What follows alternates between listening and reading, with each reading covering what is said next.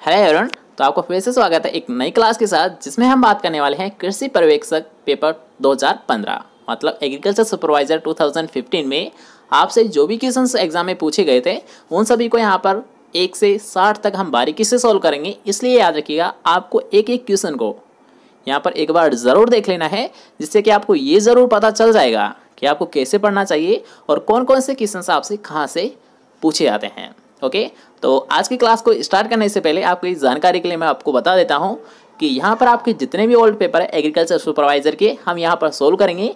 इसके साथ साथ एग्रीकल्चर सुपरवाइजर की एग्रीकल्चर और राजस्थान जीके की क्लास भी इसी चैनल पर आपकी ऑर्गेनाइज की जाएगी। इसलिए आप चैनल को सब्सक्राइब करना बिल्कुल ना भूलें। तो जल्दी से जाइए, चैनल को सब्सक्राइब कर लीजिए और पास के बेल आइकन को भी दबा दें, जिससे कि जब भी हमारी कोई क्लास लगेगी तो उसका नोटिफिकेशन आपको साथ साथ मिलता रहेगा। ओके, तो चलिए बिना कोई टाइम वेस्ट किए आज की क्लास को स्टार्ट करते हैं। आज कुछ नया सीख लेते हैं। तो आज का हमारा फर्स्ट क्वेश्चन है जिसमें हम बात करेंगे कि कम क्षेत्रफल में चावल की नर्सरी तैयार करने के लिए उपयुक्त विधि कौन सी होती है। अब यहाँ पर डायरेक्ट आंसर के बारे में बात करेंगे, आप साथ साथ कमेंट कर सकते हो कि इसका राइट आंसर क्या रहेगा।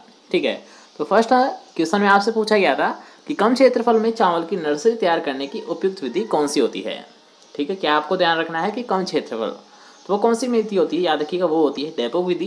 क्यों? क्योंकि याद रखिएगा डेपोक विधि में केवल 25 से 30 वर्ग मीटर में हम क्या कर सकते हैं, 1 हेक्टेयर के लिए हम पौध तैयार कर सकते हैं।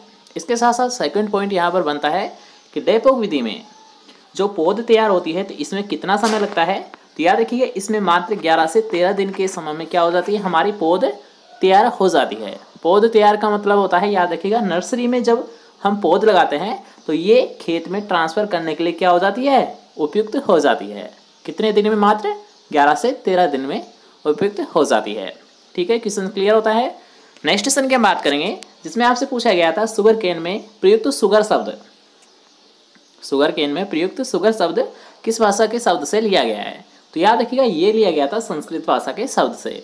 शुगर जो वर्ड लिया गया है ये किस भाषा के शब्द से लिया गया है, ये लिया गया है संस्कृत भाषा के शब्द से लिया गया है।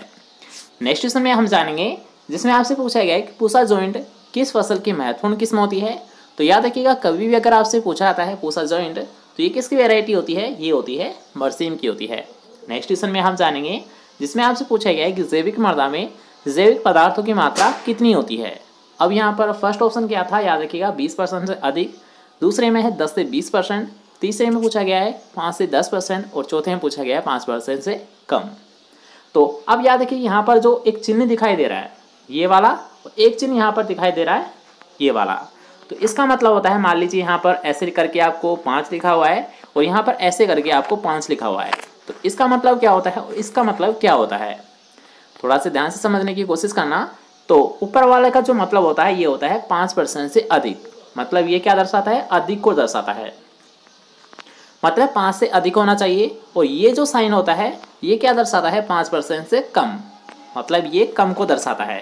ठीक है, याद रखिएगा कि ये जो तीर होती है ये दोनों ये क्या दर्शाती है, ये कम और ये ज़्यादा।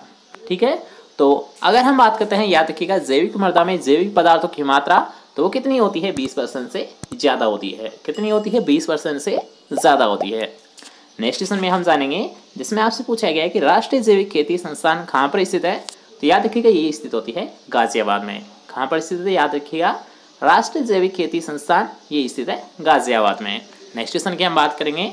नेक्स्ट क्वेश्चन आपसे पूछा गया है कि चूहा नियंत्रण के लिए 1 किलोग्राम विष चूहा बनाने के लिए जिंक फॉस्फेट की कितनी मात्रा आवश्यक होती है। चूहा नियंत्रण के लिए 1 किलोग्राम विष चूहा बनाने के लिए जिंक फॉस्फेट की कितनी मात्रा आवश्यक होती है, तो होती है याद रखिएगा केवल और केवल 20 ग्राम, जिसके बारे में हम कल ही आपको बताया था कि अगर आपसे फर्स्ट क्वेश्चन ये पूछा जाता है याद रखिएगा कि चूहा नियंत्रण किससे किया जाता है, किस रसायन से किया जाता है, तब तो आपको क्या बताना है, याद रखिएगा जिंक फॉस्फेट से किया जाता है। किससे किया जाता है, याद रखिएगा चूहों का नियंत्रण ये किया जाता है जिंक फॉस्फेट के द्वारा।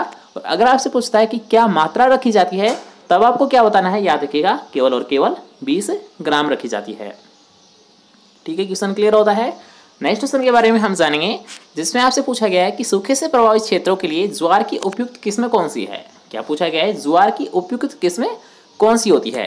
तो यहाँ पर हम डायरेक्ट क्लियर करेंगे तो याद रखिएगा ये होती है SPV 17। कौन सी होती है, SPV 17 होती है। ओके, नेक्स्ट के बारे में हम जानेंगे। अब यहाँ पर याद रखिएगा ओल्ड डाटा है, तो इस क्वेश्चन को आप छोड़ भी सकते हो क्योंकि इतना ओल्ड डाटा आपसे कभी भी एग्जाम में पूछा नहीं जाता है। ठीक है, बेशक आपसे 2009 का मतलब 2019 का पूछा जा सकता है, लेकिन इतना पुराना आपसे डाटा पूछा नहीं जाता है, इसलिए आप डाटा से संबंधित क्वेश्चंस को छोड़ सकते हो। ठीक है, नेक्स्ट क्वेश्चन के बारे में हम जानेंगे कि जैव उर्वरक मानकों के अनुसार राइजोबियम जैव उर्वरक में बैक्टीरिया के CFU की संख्या प्रति ग्राम वाहक सामग्री में कितनी होनी चाहिए। तो याद रखिएगा ये होनी चाहिए 1 × 10⁻⁷ 1 × 10⁻⁷ CFU प्रति ग्राम होनी चाहिए। ठीक है, नेक्स्ट क्वेश्चन के बारे में हम जानेंगे जिसमें आपसे पूछा गया है कि नासी जीवों द्वारा होने वाले सकल फसल नुकसान में सबसे ज़्यादा किसके द्वारा होता है। याद रखिएगा क्वेश्चन में आपसे क्या पूछा गया है कि नासी जीवों द्वारा, याद रखिएगा फसल नुकसान मतलब आप ऐसे समझ सकते हो कि आप जो फसल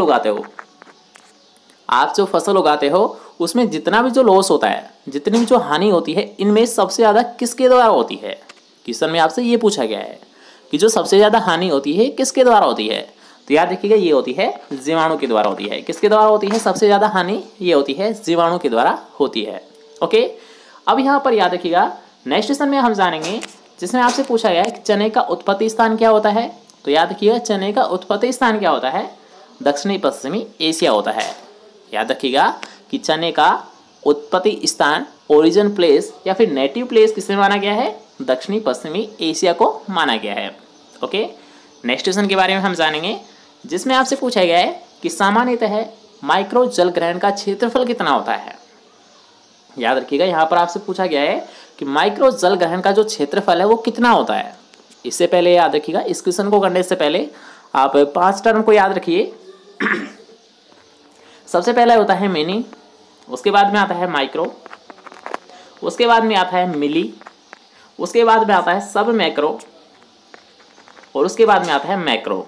ठीक है, ये 5 पॉइंट आते हैं। अब 5 पॉइंट ये कैसे हैं, याद रखिएगा क्षेत्रफल से संबंधित यहाँ पर क्वेश्चन अगर आपसे कभी भी पूछा जाता है तो आपको ये 5 पॉइंट याद रखने होंगे, जिसमें अगर आपसे पूछता है मिनी जल ग्रहण का क्षेत्रफल कितना होता है, तब तो आपको क्या बताना है, याद रखिएगा 10 से 100 होता है। केवल आपको यहाँ पर याद रखना है, याद रखिएगा मिनी का, तो मिनी का कितना होता है 10 से 100 हेक्टेयर होता है। अगर आपसे पूछता है माइक्रो, तो माइक्रो का कितना होता है, अगर आपसे पूछता है माइक्रो तो माइक्रो का कितना होता है, याद रखिएगा 100 से 1000 हेक्टेयर होता है। अगर आपसे पूछता है मिली, तो मिली का कितना होता है, यह होता है 1000 से 10,000 हेक्टेयर होता है। अगर आपसे पूछता है सब मैक्रो, तो सब मैक्रो का कितना होता है 10,000 से 50,000 हेक्टेयर होता है। अगर आपसे पूछता है मैक्रो, तो मैक्रो का कितना होता है 50,000 से 2 लाख हेक्टेयर होता है। ठीक है, सभी के पॉइंट आपको यहाँ पर याद हो चुके हैं केवल एक ट्रिक के माध्यम से, तो आप इसे नोट कर सकते हो क्योंकि इनमें से आपको कोई सा भी जल ग्रहण क्षेत्रफल पूछा जा सकता है।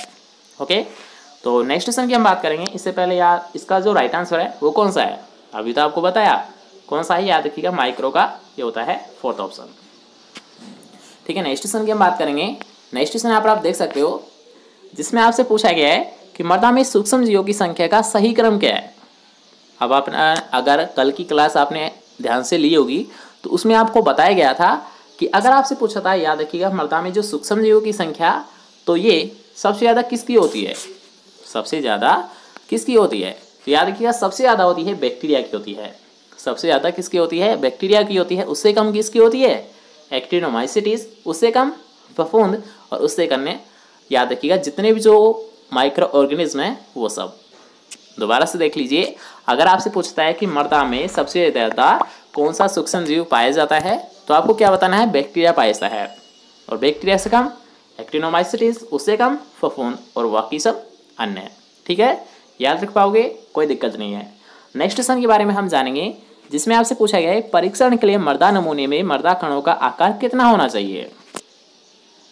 परीक्षण के लिए मृदा नमूने में मृदा कणों का आकार क्या होना चाहिए, तो याद रखिएगा ये होना चाहिए 0.02 मिलीमीटर से कम होना चाहिए। कितना होना चाहिए, 0.2 मिलीमीटर से कम होना चाहिए। ओके, क्वेश्चन क्लियर होता है। नेक्स्ट क्वेश्चन के बारे में हम जानेंगे। तो नेक्स्ट क्वेश्चन आपसे पूछा गया है कि केंद्रीय बारानी कृषि अनुसंधान संस्थान कहाँ पर स्थित है। तो याद रखिएगा अगर आपसे ये क्वेश्चन पूछा जाता है तब आपको क्या राइट आंसर देना है, क्या याद आ जाना चाहिए डायरेक्ट कि केंद्रीय बारानी कृषि अनुसंधान संस्थान कहाँ पर स्थित है? हैदराबाद में स्थित है। कहाँ पर स्थित है? केंद्रीय बारानी कृषि अनुसंधान संस्थान ये स्थित है, हैदराबाद में स्थित है। नेक्स्ट क्वेश्चन के बारे में हम जानेंगे कि कपास में बोलवर्म नियंत्रण के लिए फेरामेन ट्रैप बीज अंकुरण के कितने दिन बाद में प्रयोग करना चाहिए? क्या पूछा गया आपसे क्वेश्चन में, याद रखिएगा। कपास में जो बोलवर्म का नियंत्रण कैसा है, इसके लिए जो फेरामेन ट्रैप का हम यूज करते हैं ये हम कब प्रयोग करते हैं, ये आपसे पूछा गया है। तो यहाँ पर आप ऑप्शंस देख सकते हो कि 75 दिन बाद, 21 दिन बाद, 55 दिन बाद या फिर 90 दिन बाद। तो याद रखिएगा कि जो बोलवर्म का नियंत्रण कैसा है, इसके लिए जो हम लाइट ट्रैप का हम यूज करते हैं, प्रकाश पास या फिर जो फेरामेन ट्रैप का हम यूज करते हैं, ये कितने दिन बाद में हम करते हैं? ये करते हैं, याद रखिएगा, 21 दिन बाद में करते हैं। कितने दिन बाद में करते हैं? 21 दिन बाद में करते हैं। नेक्स्ट क्वेश्चन के बारे में हम जानेंगे जिसमें आपसे पूछा गया है 1 किलो सोयाबीन से कितना सोया दूध तैयार किया जा सकता है? 1 किलो सोयाबीन से कितना सोया दूध तैयार किया जा सकता है? तो याद रखिएगा इससे प्राप्त किया जाता है 6 से 8 किलोग्राम। कितना प्राप्त किया जाता है सोया दूध? ये प्राप्त किया जाता है 6 से 8 किलोग्राम। ओके, नेक्स्ट क्वेश्चन में आपसे पूछा गया है डाटा। तो डाटा यहाँ पर भी याद रखिएगा 2011 से 12 का पूछा गया है, तो इस क्वेश्चन को भी हम छोड़ रहे हैं। क्यों? क्योंकि ये ओल्ड डाटा है और ये क्वेश्चन आपसे पूछा नहीं जा सकता है। ठीक है, नेक्स्ट क्वेश्चन के बारे में हम जानेंगे जिसमें आपसे पूछा गया है कृषि सचिव जलवायु क्षेत्र में पौधवृद्धि काल की उपयुक्त गणना के लिए वर्षा तथा अधिकतम वाष्पोत्सर्जन के अलावा अन्य मुख्य कारक क्या होता है? तो याद रखिएगा वो क्या होता है? ये होता है मृदा में नमी भंडारण क्षमता होता है। नेक्स्ट क्वेश्चन के बारे में हम जानेंगे कि मृदा में केशिकीय जल किस वायुदाब पर होता है? याद रखिएगा एक वेरी वेरी इंपॉर्टेंट क्वेश्चन है, आपसे पूछा जा सकता है कि मृदा में जो केशिकीय जल होता है ये किस वायुदाब पर होता है? तो याद रखिएगा ये होता है 0.33 से 31 एटमॉस्फेयर के मध्य होता है। और केशिकीय जल कौन सा होता है? जो कि पौधों को प्राप्त होता है। सबसे पहला क्वेश्चन कि पौधों को कौन सा जल प्राप्त होता है, तो आप क्या बताओगे? केशिकीय जल प्राप्त होता है। सेकंड क्वेश्चन कि किस वायुमंडलीय परास पर पाया जाता है? ये पाया जाता है 0.33 से 31 एटमॉस्फेयर के मध्य पाया जाता है। ठीक है, दोनों क्वेश्चन याद रख पाओगे। नेक्स्ट क्वेश्चन की हम बात करेंगे। नेक्स्ट क्वेश्चन आपसे पूछा गया है कि आम की बीज रहित किस्म कौन सी होती है? तो आम की बीज रहित किस्म होती है, याद रखिएगा, सिंधु। और सिंधु को किससे प्राप्त किया गया था? रत्ना इंटू अल्फांसो के क्रॉस से सिंधु को प्राप्त किया गया था। अब वो कैसे? आप यहाँ पर शॉर्ट ट्रिक देख ही सकते हो, RAS। कैसे याद रखोगे? RAS मतलब रत्ना इंटू अल्फांसो के क्रॉस से सिंधु को प्राप्त किया गया था। और ये सिंधु क्या होती है? बीज रहित किस्म होती है। ओके, नेक्स्ट क्वेश्चन के बारे में हम जानेंगे। नेक्स्ट क्वेश्चन यहाँ पर आप देख सकते हो जिसमें आपसे पूछा गया है कि नींबू में सिट्रस कैंकर रोग का कारण क्या होता है? तो याद रखिएगा सिट्रस कैंकर रोग का कारण तो ये होता है ज़ैंथोमोनास सिट्राई नामक जीवाणु होता है। याद रखिएगा अगर आपसे पूछता है कि नींबू में सिट्रस कैंकर रोग का कारण क्या होता है, तब आपको क्या बताना है? ज़ैंथोमोनास सिट्राई नामक बैक्टीरिया होता है। ओके, नेक्स्ट क्वेश्चन के बारे में हम जानेंगे। इसमें आपसे पूछा गया है फल मक्खी किसका प्रमुख हानिकारक कीट होता है? क्या पूछा गया है? याद रखिएगा फल मक्खी मतलब फ्रूट फ्लाई। अब फ्रूट फ्लाई किसका होता है? याद रखिएगा फ्रूट फ्लाई ये सबसे ज़्यादा जो डैमेज करता है, सबसे ज़्यादा हानि पहुंचाता है, ये किस फसल को पहुंचाता है? ये पहुंचाता है बेर फसल को पहुंचाता है। किसको पहुंचाता है? बेर फसल को पहुंचाता है। इसलिए फल मक्खी किसका प्रमुख हानिकारक कीट हुआ? बेर का हुआ। ठीक है, नेक्स्ट क्वेश्चन के बारे में हम जानेंगे। नेक्स्ट क्वेश्चन यहाँ पर आप देख सकते हो कि अनार की फरवरी से मार्च के पुष्पन को क्या कहा जाता है? अनार में जो फरवरी से मार्च के मध्य जो पुष्पन आता है इसे क्या बोला जाता है? याद रखिएगा इसे बोला जाता है अम्बे बहार। अब आपने तीनों बहार तो पढ़ी होगी, तो याद रखिएगा इन तीनों बहारों से आपसे क्वेश्चन पूछे जाते हैं, जैसे कि मर्ग बहार हुआ, हस्त बहार हुआ, अम्बे बहार हुआ। इन तीनों से ही आपसे एग्जाम में पूछे जा सकते हैं क्वेश्चन। इसलिए इन तीनों को आपको याद रखना है कि इनमें कब तो पुष्पन होता है और इनमें कब फलन होता है। तीनों को स्पेशली आपको याद रखना है कि मृग बहार, हस्त बहार और अम्बे बहार में पुष्पन तो कब होता है और इसमें फलन कब होता है। ठीक है, याद रख पाओगे। नेक्स्ट क्वेश्चन के बारे में हम जानेंगे। नेक्स्ट क्वेश्चन आपसे पूछा गया है कि बागवानी के समग्र विकास के लिए राष्ट्रीय बागवानी मिशन कब प्रारंभ किया गया था? और ये क्वेश्चन आपको सुबह भी बताया गया था कि नेशनल हॉर्टिकल्चर मिशन की शुरुआत कब की गई थी? ये की गई थी, याद रखिएगा, 2005 से 6 के मध्य। तो राइट आंसर क्या हुआ? First option is right answer. NHM मतलब नेशनल हॉर्टिकल्चर मिशन की जो शुरुआत की गई थी, ये की गई थी, याद रखिएगा, 2005 से 6 के मध्य। नेक्स्ट क्वेश्चन के बारे में हम जानेंगे। नेक्स्ट क्वेश्चन आपसे पूछा है कैंडी में शक्कर की मात्रा कितनी होती है। तो याद रखिएगा, सबसे पहले तो कैंडी सबसे बेस्ट किसकी बनती है, सबसे अच्छी किसकी बनती है, तब तो आपको क्या बताना है, बेर की कैंडी सबसे अच्छी बनती है।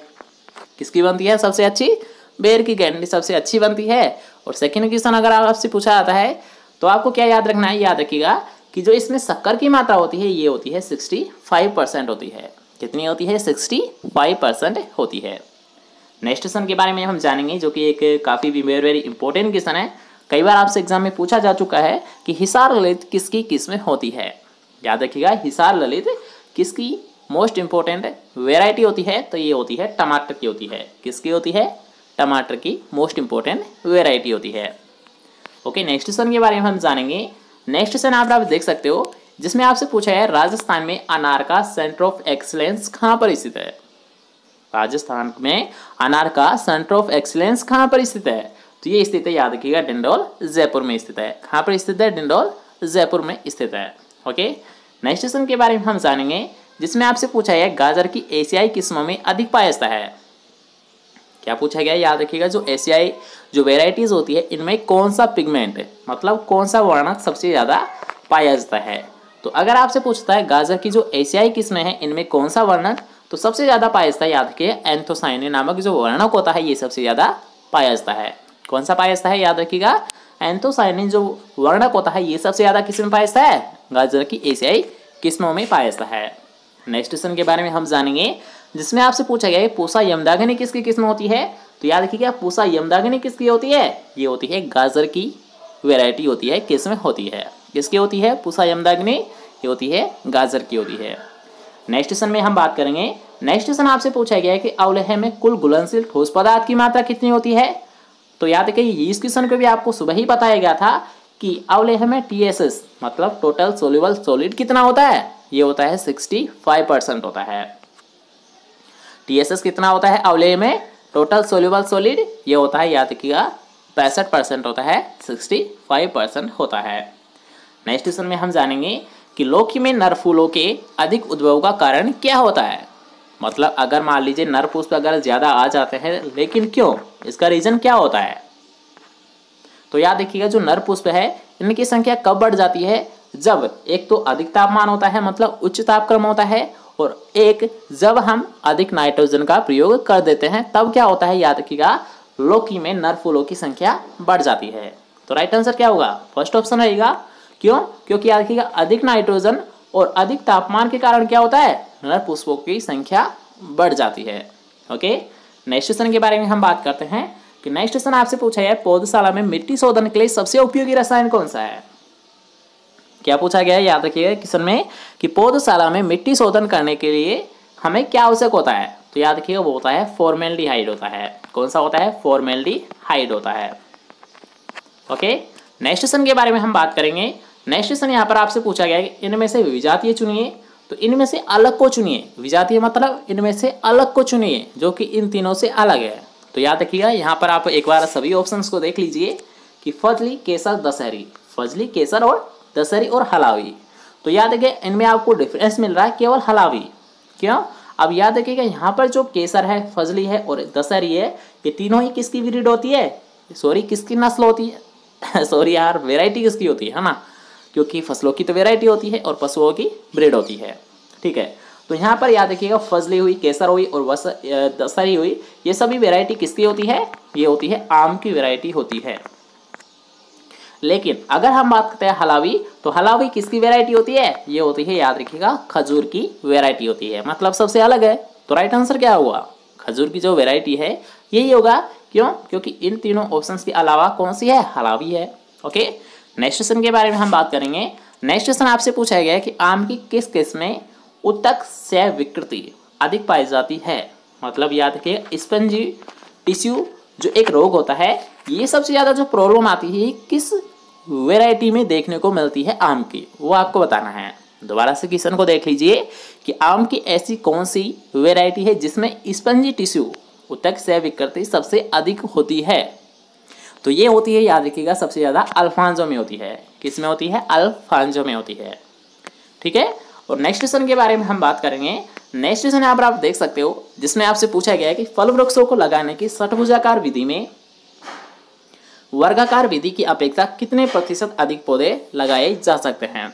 तो याद रखिएगा, ये कितने लगाए जा सकते हैं, ये लगाए जा सकते हैं 15% अधिक पौधे।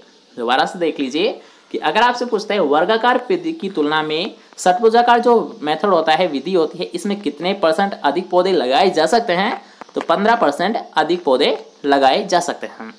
ठीक है, इसकी तुलना में षट्भुजाकार में कितने 15% अधिक पौधे लगाए जा सकते हैं। ओके, नेक्स्ट क्वेश्चन के बारे में हम बात करेंगे, जिसमें आपसे पूछा है खजूर की देर से पकने वाली किस्म कौन सी होती है। तो याद रखिएगा, वो होती है मेडजूल होती है। खजूर की लेट वेराइटी कौन सी होती है, मेडजूल होती है। नेक्स्ट क्वेश्चन के बारे में हम जानेंगे, जिसमें आपसे पूछा गया है फूल गोभी में भूरी गलन व्याधि किस तत्व की कमी के कारण होती है। अब यहाँ पर याद रखिएगा, क्या आपसे पूछा गया है भूरी गलन रोग। भूरी गलन मतलब ब्राउनिंग, और ब्राउनिंग किससे होती है, ये तो आपको कई बार बताया भी गया है कि ब्राउनिंग किससे होती है, बोरोन तत्व की कमी से होती है। तो राइट आंसर क्या रहेगा, थर्ड ऑप्शन। ठीक है, फूल गोभी में जो ब्राउनिंग होती है ये किस तत्व की कमी से होती है, ये होती है बोरोन तत्व की कमी से होती है। ओके, नेक्स्ट क्वेश्चन के बारे में हम बात करेंगे। नेक्स्ट क्वेश्चन आपसे पूछा है नेशनल हॉर्टिकल्चर बोर्ड का मुख्यालय कहाँ पर स्थित है। नेशनल हॉर्टिकल्चर बोर्ड का मुख्यालय कहाँ पर स्थित है। तो याद रखिएगा, इसका राइट आंसर क्या हुआ, तो ये स्थित होती है, याद रखिएगा, गुड़गांव हरियाणा में स्थित होती है। याद रखिएगा, नेशनल हॉर्टिकल्चर बोर्ड का जो मुख्यालय है, जो हेडक्वार्टर है, ये कहाँ पर स्थित है, गुड़गांव हरियाणा में स्थित है। ठीक है, नेक्स्ट क्वेश्चन के बारे में हम बात करेंगे। नेक्स्ट क्वेश्चन यहाँ पर आप देख सकते हो कि राजस्थान में सोनामुखी या सनाई की खेती प्रमुख क्षेत्र है। मतलब सनाई का या सोनामुखी का सबसे ज़्यादा जो क्षेत्रफल है राजस्थान में, वो कहाँ पर लिया जाता है, या फिर सबसे ज़्यादा क्षेत्रफल कहाँ पर है। तो याद रखिएगा, सोना या फिर सनाई मुखी, तो इसका सबसे ज़्यादा जो क्षेत्रफल है राजस्थान में, वो कहाँ पर है, जोधपुर में है। ठीक है, नेक्स्ट क्वेश्चन के बारे में हम जानेंगे। नेक्स्ट क्वेश्चन आपसे पूछा है भेड़ के मांस को क्या कहते हैं। भेड़ के मांस को क्या कहा जाता है, तो ये आपको स्पेशली हमने बताया था कि याद रखिएगा, अगर आपसे पूछता है भेड़, तो भेड़ का तो क्या कहलाता है, मटन कहलाता है। भेड़ का क्या कहलाता है, याद रखिएगा, मटन कहलाता है। भैंस का क्या कहलाता है, भैंस का मांस बफन कहलाता है। अगर आपसे पूछता है बीफ, तो बीफ किसका होता है, गाय का मांस क्या कहलाता है, बीफ कहलाता है। और चिकन किसका होता है, ये तो आप सभी जानते हैं, मुर्गी के मांस को बीफ का चिकन कहा जाता है। दोबारा से देख लीजिए कि मटन कहा जाता है, याद रखिएगा, भेड़ के मांस को। बफन किसे बोला जाता है, बफन बोला जाता है भैंस के मांस को। बीफ किसे बोला जाता है, बीफ बोला जाता है गाय के मांस को। और चिकन किसे बोला जाता है, चिकन बोला जाता है मुर्गी के मांस को बोला जाता है। ठीक है, सभी पॉइंट क्लियर होता है। नेक्स्ट क्वेश्चन की ओर बढ़ता है। नेक्स्ट क्वेश्चन यहाँ पर आप देख सकते हो। इससे पहले यार वीडियो अगर पसंद आ रही है और अगर यहाँ पर आ ही चुके हो, तो वीडियो को लाइक भी कर दीजिए, ज़्यादा से ज़्यादा इस वीडियो को शेयर भी कर दीजिए। और चैनल को सब्सक्राइब नहीं किया है तो ये तो जल्दी से कर लीजिए चैनल को सब्सक्राइब, क्योंकि जितने भी हमारे यहाँ पर नई नई वीडियोज़ आएंगी वो आपको तभी प्राप्त होगी जब आप चैनल को सब्सक्राइब किए होंगे और पास के बेल आइकन को भी दबा दें, जिससे कि जब भी हमारी कोई नई वीडियो अपलोड की जाएगी तो उसका नोटिफिकेशन आपको साथ साथ मिलता रहेगा। ठीक है, तो जल्दी से जाइए चैनल को सब्सक्राइब कीजिए और नोटिफिकेशन को ऑल पर सेलेक्ट कर लीजिए। ओके, नेक्स्ट क्वेश्चन के बारे में हम बात करेंगे। नेक्स्ट क्वेश्चन यहाँ पर आप देख सकते हो कि टैटूइंग क्या है। अब यहाँ पर आपको बताया भी गया था सुबह अच्छे से कि एक होता है टैटूइंग, एक होता है कान नोचना। कान नोचना किसमें किया जाता है, मतलब कान काटना। कान किसमें काट दिए जाते हैं, स्वर में काट दिए जाते हैं। पेंट करना, पेंट किसमें किया जाता है, ये किया जाता है, याद रखिएगा, भेड़ों में। और ये सभी जो विधि होती है ये किसकी होती है, ये होती है, याद रखिएगा, पशुओं को पहचान करने की विधि होती है। ठीक है, तो टैटूइंग क्या होती है, याद रखिएगा, एक तरीका पशुओं को पहचान करने का, पशुओं की पहचान करने का टैटूइंग क्या होता है, एक प्रकार का विधि होती है। ओके, नेक्स्ट क्वेश्चन की बात करेंगे। नेक्स्ट क्वेश्चन यहाँ पर आप देख सकते हो कि दोहरे उद्देश्य वाली गाय की नस्ल कौन सी होती है, तो होती है थार पारकर होती है। कौन सी होती है, थार पारकर होती है। नेक्स्ट क्वेश्चन के बारे में हम जानेंगे, जिसमें आप यहाँ पर देख सकते हो कि भैंस की सूरती नस्ल का मूल स्थान क्या होता है। तो याद रखिएगा, भैंस की जो सूरती नस्ल है इसका ओरिजिन प्लेस है, ये किसे माना गया है, तो इसका ओरिजिन प्लेस इसके नाम में ही छिपा हुआ है। आपको बस याद नहीं करना है, बस यहाँ पर ये याद रखना है कि सूरत कहाँ पर स्थित है। सूरत मतलब सूरती मतलब सूरत, सूरत मतलब गुजरात। सूरत कहाँ पर स्थित है, याद रखिएगा, गुजरात में स्थित है। याद रखिएगा सूरती नस्लें का उत्पत्ति स्थान कहाँ है? आपको बस ये याद रखना है कि सूरती मतलब सूरत, और सूरत कहाँ पर स्थित है? गुजरात में स्थित है। तो आपका राइट आंसर यही तो है कि गुजरात इसका उत्पत्ति स्थान माना जाता है। Okay, second option is right answer. Next question के बारे में हम जानेंगे कि इनमें से ऐसा कौन सा रोग है जो कि विषाणु जनित रोग नहीं है। मतलब बाकी सारे, मतलब 3 ऑप्शन तो क्या होते हैं? विषाणु जनित होते हैं, और एक ऑप्शन ऐसा कौन सा है जो कि विषाणु के द्वारा नहीं होता है, वायरस के द्वारा नहीं होता है, इसको आपको पहचानना है। तो आप सभी ऑप्शंस को यहाँ पर देख सकते हो। हम डायरेक्ट क्लियर करेंगे कि अतिसार ऐसा रोग है जो कि याद रखिएगा विषाणु के द्वारा नहीं होता है। तो राइट आंसर क्या रहेगा? Third option is right answer. Next question के बारे में हम जानेंगे जिसमें आपसे पूछा है रानीखेत रोग किससे संबंधित है। तो याद रखिएगा रानीखेत जो रोग है ये किससे संबंधित है? ये होता है कुक्कुट से संबंधित होता है। कुक्कुट या मुर्गियों से संबंधित होता है। कुक्कुट या मुर्गियों से संबंधित होता है। नेक्स्ट क्वेश्चन के बारे में हम जानेंगे। इसमें आपसे पूछा है कृमिहर दवाओं के रूप में निम्नलिखित दवाओं में से किसका प्रयोग नहीं किया जाता है। तो किसका प्रयोग नहीं किया जाता है? याद रखिएगा ये क्या सा है? पोटेशियम परमैंगनेट का प्रयोग नहीं किया जाता है। किसका प्रयोग नहीं किया जाता है? पोटेशियम परमैंगनेट का प्रयोग नहीं किया जाता है।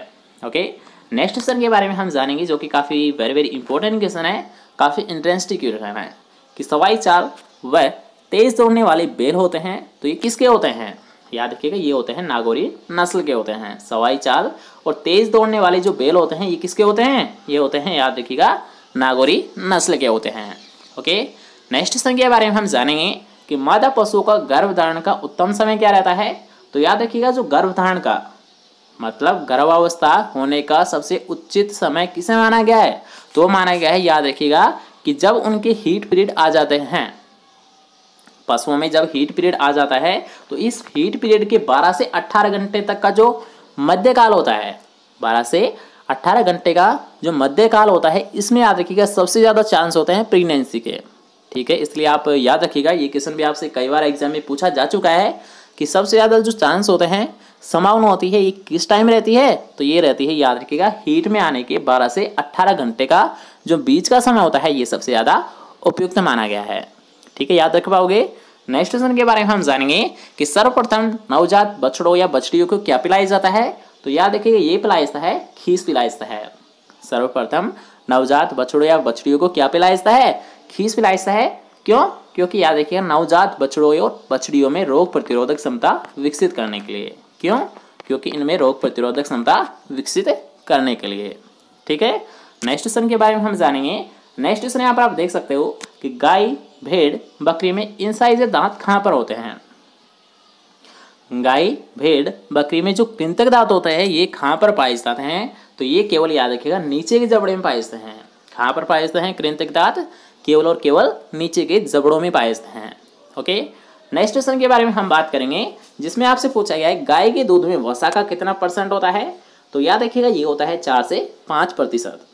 याद रखिएगा कि गाय के दूध में वसा की कितनी प्रतिशत मात्रा पाई जाती है? ये पाई जाती है 4 से 5% पाई जाती है। नेक्स्ट क्वेश्चन के बारे में हम जानेंगे जिसमें आपसे पूछा गया है कि मेरिनो विदेशी नस्ल की जो भेड़ है ये किस देश की है? मतलब इसका जो उत्पत्ति स्थान है ये किस देश को माना गया है?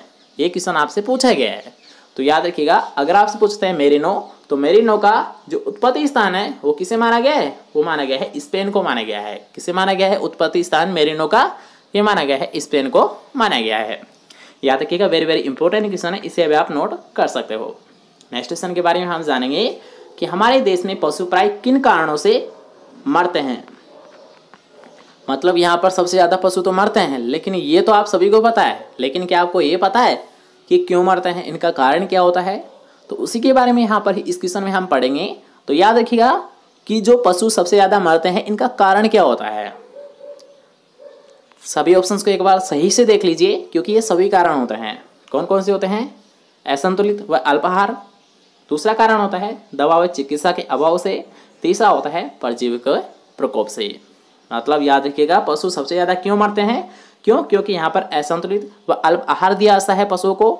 सेकंड, उनको दवा और चिकित्सा का अभाव है, मतलब उनका कोई ना कोई इलाज नहीं किया जाता है, या फिर प्रकोप मतलब परजीवियों का प्रकोप से, या फिर किसी भी प्रकार की जो डिजीज है या फिर परजीवी है ये क्या करते हैं उनको मार देते हैं।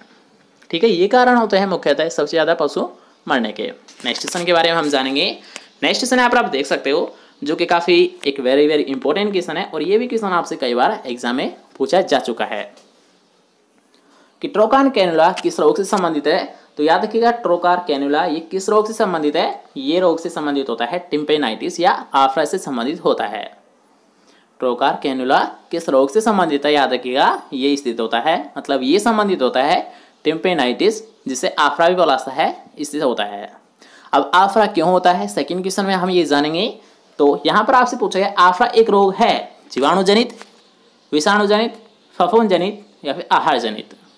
तो याद रखिएगा, जो आफरा रोग होता है, अभी हमने क्या जाना कि याद रखिएगा ट्रोकार कैनुला किससे संबंधित है? आफरा से संबंधित है।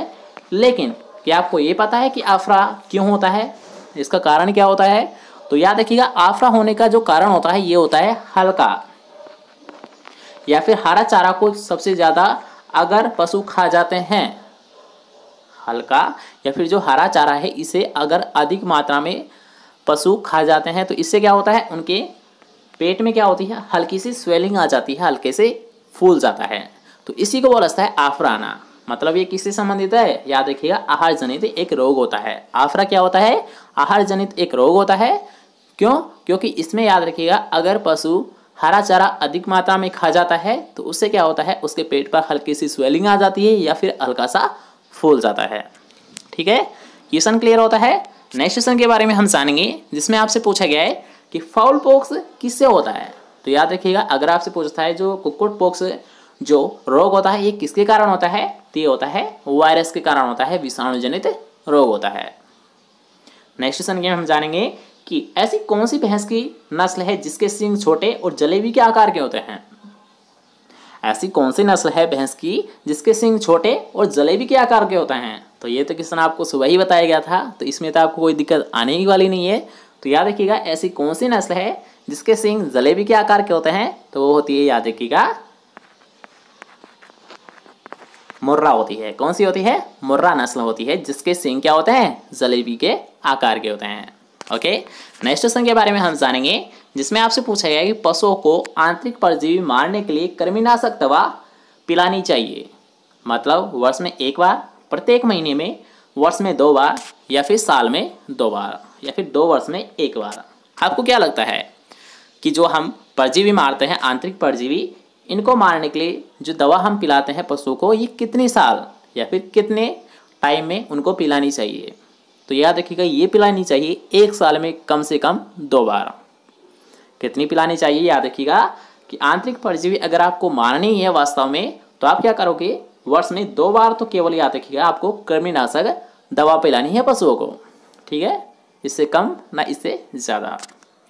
नेक्स्ट क्वेश्चन की हम बात करेंगे, जो कि आज का हमारा लास्ट क्वेश्चन रहने वाला है कि दूध दोहने की सर्वोत्तम विधि कौन सी है। तो ये तो आप सभी को पता है, दूध दोहने की सर्वोत्तम विधि कौन सी है? वो होती है, याद रखिएगा, पूर्ण हस्त विधि होती है। क्यों? क्योंकि याद रखिएगा, इसमें ना तो पशुओं को दर्द होता है, जिससे क्या होता है वो आसानी से दूध निकालने देते हैं। दूसरा, इसमें याद रखिएगा पशुओं को कोई सा भी रोग होने का खतरा नहीं होता है। क्यों? क्योंकि इसमें हम पूर्ण हस्त का मतलब पूरी हथेली और गूठे का हम इस्तेमाल करते हैं, जिससे क्या होता है, रोग होने का खतरा कम रहता है। ठीक है, बाकी देखे जाए तो जैसे कि चुटकी हुआ, अंगूठा विधि होता है, उसमें क्या होता है, जो थन होते हैं एक साइड से दब जाते हैं और उन पर रोग होने का खतरा मंडराता रहता है। इसलिए सभी मेथड की तुलना में पूर्ण हस्त विधि को सबसे अच्छा मेथड माना गया है। ओके, तो आज की कैसे लगी आपको क्लास, कमेंट करके ज़रूर बताइएगा। अगर आपको वीडियो पसंद आई है तो यार वीडियो को लाइक कीजिए, ज़्यादा से ज़्यादा इस वीडियो को शेयर कीजिए और चैनल को अभी तक सब्सक्राइब नहीं किया है जल्दी से जाइए चैनल को सब्सक्राइब कीजिए। हम मिलते हैं फिर से नेक्स्ट क्लास के साथ, जब तक के लिए जय हिंद, जय बाय, टेक केयर।